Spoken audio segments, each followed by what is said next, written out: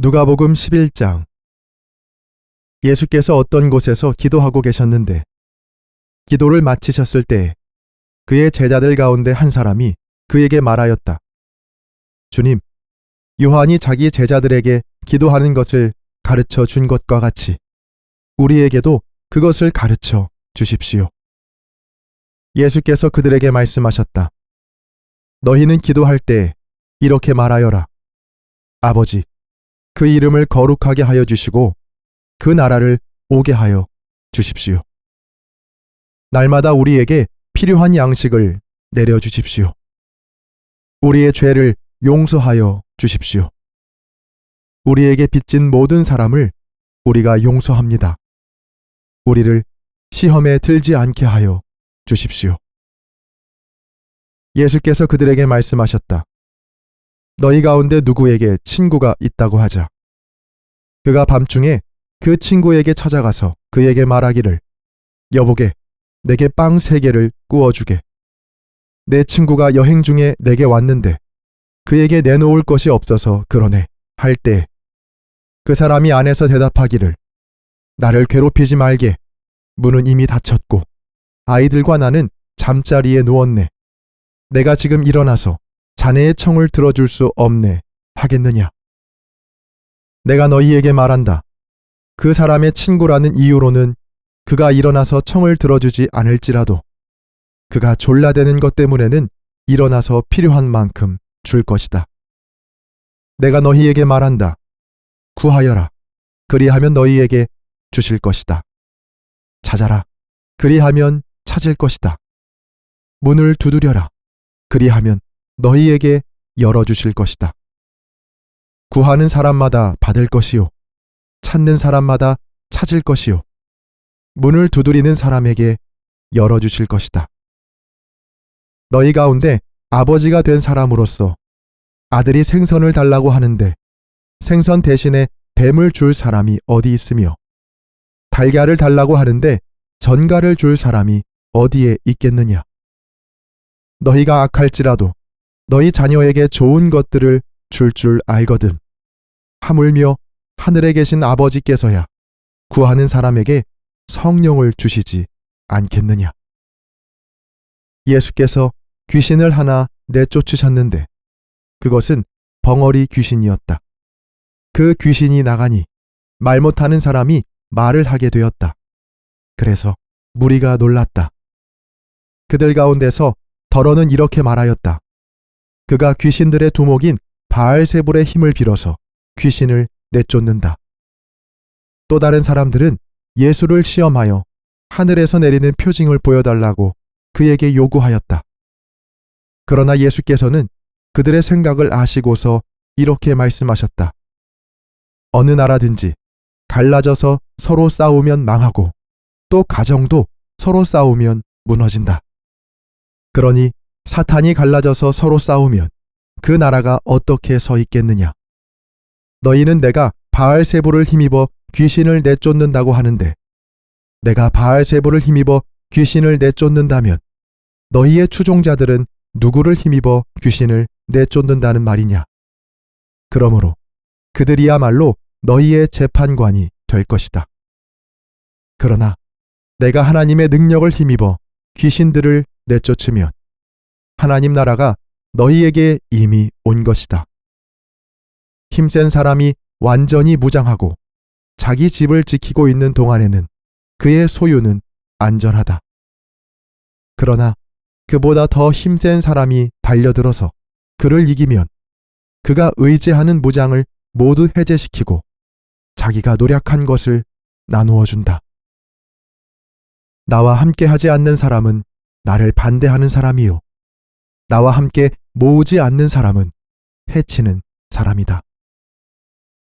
악한 귀신이 어떤 사람에게 나온다고 하면 그 귀신은 쉴 곳을 찾느라고 물 없는 곳을 헤맨다. 그러나 그 귀신은 찾지 못하고 말하기를 내가 나온 집으로 되돌아가겠다 한다. 그런데 와서 보니 집은 말끔히 치워져 있고 잘 정돈되어 있었다. 그래서 그 귀신은 가서 자기보다 더 악한 딴 귀신 7을 데리고 와서 그 집에 들어가 자리를 잡고 산다. 그러면 그 사람의 나중 형편이 처음보다 더 비참하게 된다. 예수께서 이 말씀을 하고 계실 때 무리 가운데서 한 여자가 목소리를 높여 그에게 말하였다. 당신을 뵌 태와 당신을 먹인 젖은 참으로 복이 있나이다. 그러나 예수께서 이렇게 말씀하셨다. 오히려 하나님의 말씀을 듣고 지키는 사람이 복이 있다. 무리가 모여들 때 예수께서 말씀하기 시작하셨다. 이 세대는 악한 세대다. 이 세대가 표징을 구하지만 이 세대는 요나의 표징밖에는 아무 표징도 받지 못할 것이다. 요나가 니느웨 사람들에게 표징이 된 것과 같이 인자 곧 나도 이 세대 사람들에게 그러할 것이다. 심판 때의 남방 여왕이 이 세대 사람들과 함께 일어나서 이 세대 사람들을 정죄할 것이다. 그 여왕은 솔로몬의 지혜를 들으려고 땅끝에서부터 찾아왔기 때문이다. 그러나 보아라, 솔로몬보다 더 큰 이가 여기에 있다. 심판 때 니느웨 사람들이 이 세대 사람들과 함께 일어나서 이 세대 사람들을 정죄할 것이다. 그들은 요나의 선포를 듣고 회개했기 때문이다.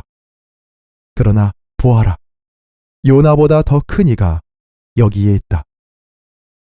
아무도 등불을 켜서 속에나 말 아래에 놓지 않고 등경 위에 놓아두어서 들어오는 사람들이 그 빛을 보게 한다.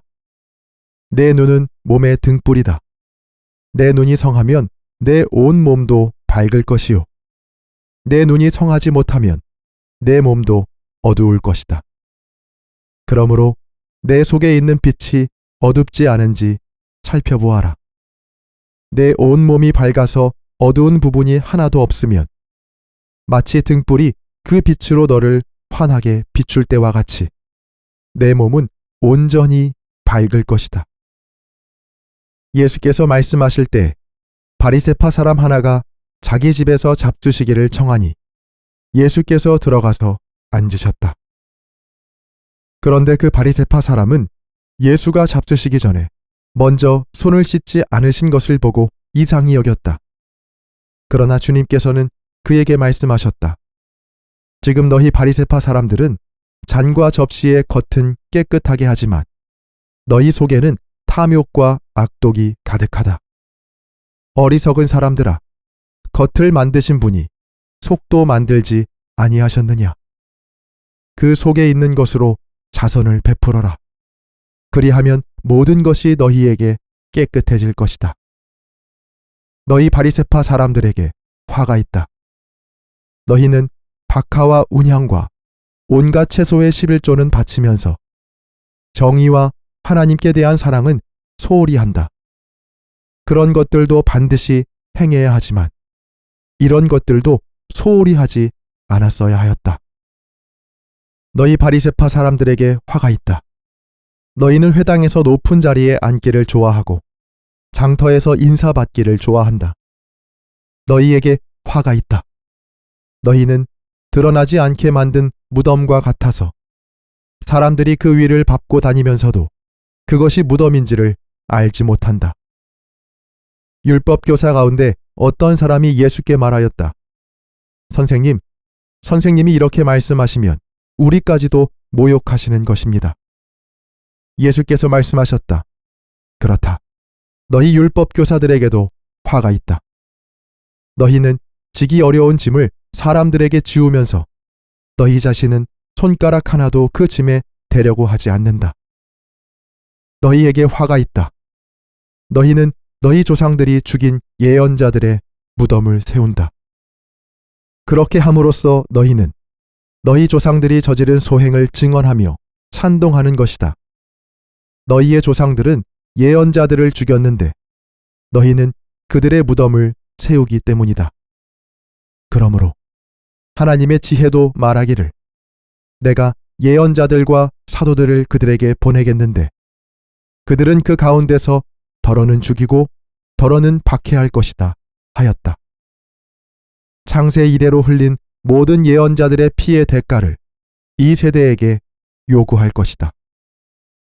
아벨의 피에서 비롯하여 제단과 성소 사이에서 죽은 사가랴의 피에 이르기까지 말이다. 그렇다. 나는 너희에게 말한다. 이 세대가 그 책임을 져야 할 것이다. 너희 율법 교사들에게 화가 있다. 너희는 지식의 열쇠를 가로채서 너희 자신도 들어가지 않고 또 들어가려고 하는 사람들도 막았다. 예수께서 그 집에서 나오실 때 율법학자들과 바리새파 사람들은 잔뜩 앙심을 품고서 여러 가지 물음으로 예수를 몰아붙이기 시작하였다. 그들은 예수의 입에서 나오는 말에서 트집을 잡으려고 노렸다. 아멘.